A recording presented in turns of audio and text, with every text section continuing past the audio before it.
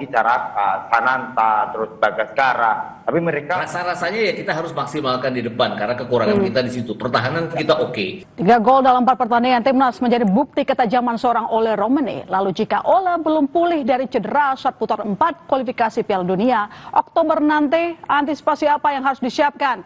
Kita akan membahas bersama mantan striker timnas Indrianto Nugroho dan juga analis sepak bola Gita Suwondo. Selamat petang, Bung Nung. Selamat petang, Bung Gita.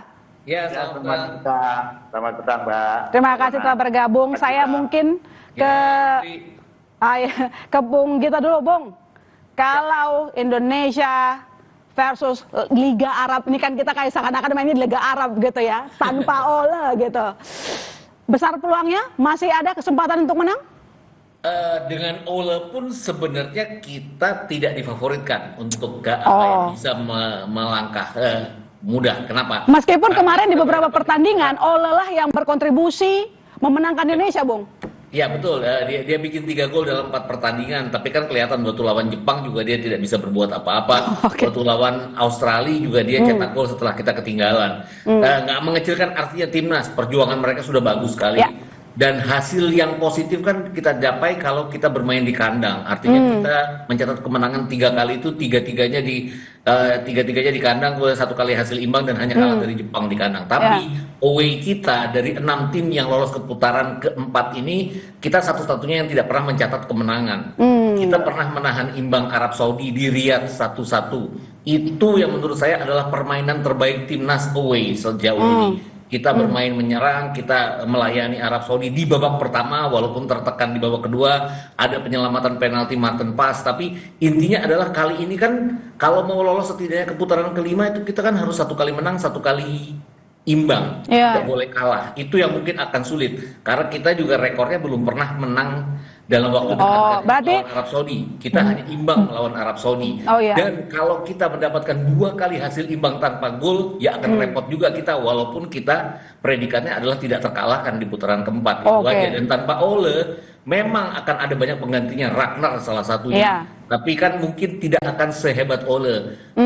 Saya juga nggak tahu seberapa lama cederanya dia, karena cederanya kan tulang punggung kaki. Itu kan buat striker itu senjata utamanya. Tanya Mas Indri deh. Itu kan apa ya, senjata utama dia buat bikin gol, buat poaching dan segala macam. Yang mungkin akan menjadi kesusahan dia buat all out nantinya. Oke, Bung Nung, menurut Anda bagaimana dengan kalau kita sih berharapnya cepat sembuh ya, tapi kemungkinan besar Ole tampaknya masih butuh pemulihan yang cukup lama waktunya. Menurut Anda seberapa besar dampaknya jika sampai Ole harus absen sebagai striker andalan timnas?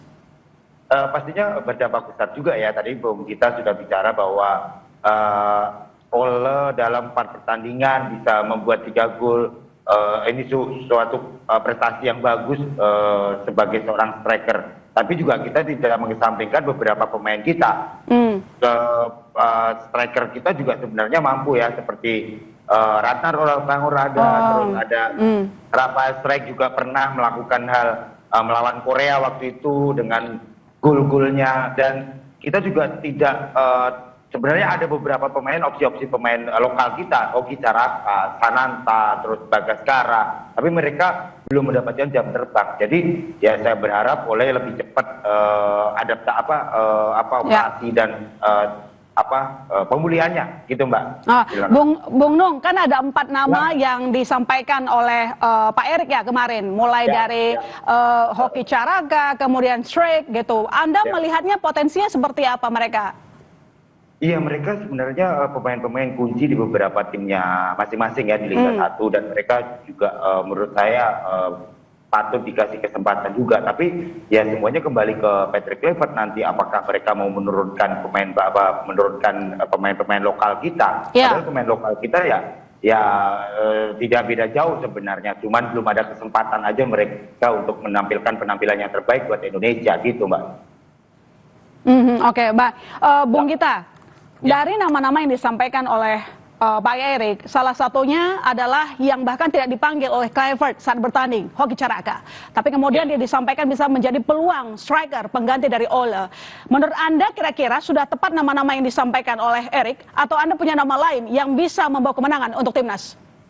Kalau melihat keseluruhannya Hoki Caraka iya, dan sekarang kan dia main di AFF Under 23 ya, Oke. belum main sama sekali lawan Brunei kemarin. Layak dicoba sebenarnya. Ada 2 pertandingan lawan Filipina dan lawan Malaysia. Ya. Artinya dia bisa secara bergantian bermain dengan James Raven nantinya di sana. Kemudian dilihat nanti September nanti kan Ole sudah pasti tidak main. Nah ini kan kesempatan bagi Ragnar atau Stroik atau Hoki Caraka atau bahkan Eliano Reinders untuk bisa mengisi posisi di depan.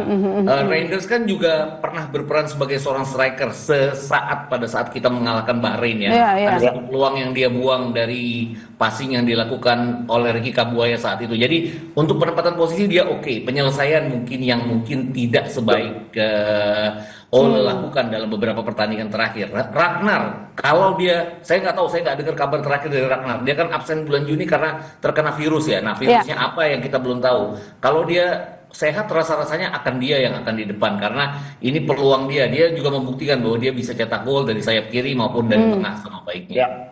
Bung Nung, Anda sebagai mantan pemain begitu, lawan kita itu kan dari Timur Tengah begitu, ini kita kayak mainnya di Liga Arab sih kayaknya gitu. Jadi menurut Anda apa yang perlu kita antisipasi dari mereka, lalu kemudian setelah kita tahu kekuatan dan juga kelemahan lawan, kita bisa merubah game plan kah atau tetap pada plan yang tersusun beberapa waktu lalu yang dilakukan oleh Kluivert?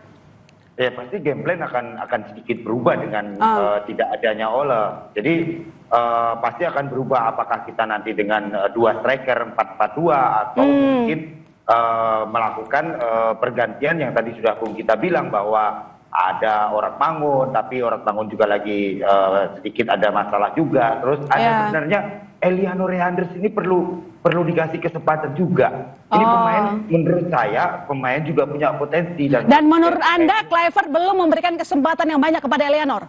Betul, itu yang harus dikasih kesempatan kepada Eliano. Sebenarnya pemain ini menurut saya juga punya kualitas. Di samping yang tadi dibilang ada Hoki Caraka juga gitu. Jadi ya mungkin tinggal nanti lawan Libanon terus lawan di uji coba. Mereka bisa dicoba nanti sebelum ada pertandingan resmi nantinya dan kita menunggu pemulihan dari Ole sendiri.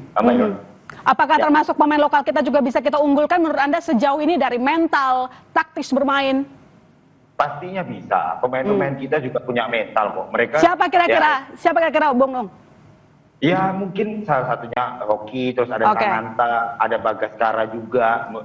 Patut dikasih kesempatan untuk bermain di timnas.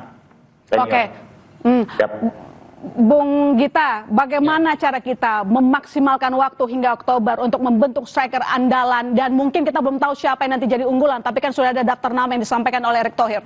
Ya, rasa-rasanya ya kita harus maksimalkan di depan karena kekurangan kita di situ. Pertahanan kita oke. Kita buktikan melawan Arab Saudi kan kita sudah 2 kali main, kita 1 kali hasil imbang, 1 kali kita menahan imbang mereka di kandang sendiri. Mungkin PR-nya adalah menghadapi Irak ya. Kita 3 kali kalah secara secara mental mungkin akan berpengaruh, tapi itu yang harus kita patahkan. Kita kan punya uji coba lawan Lebanon, lawan Kuwait yang walaupun kualitasnya di bawah mereka, tapi kan ini kesempatan bagi mereka. Tadi ada satu nama juga yang saya lupa, udah disebut sama Indri belum?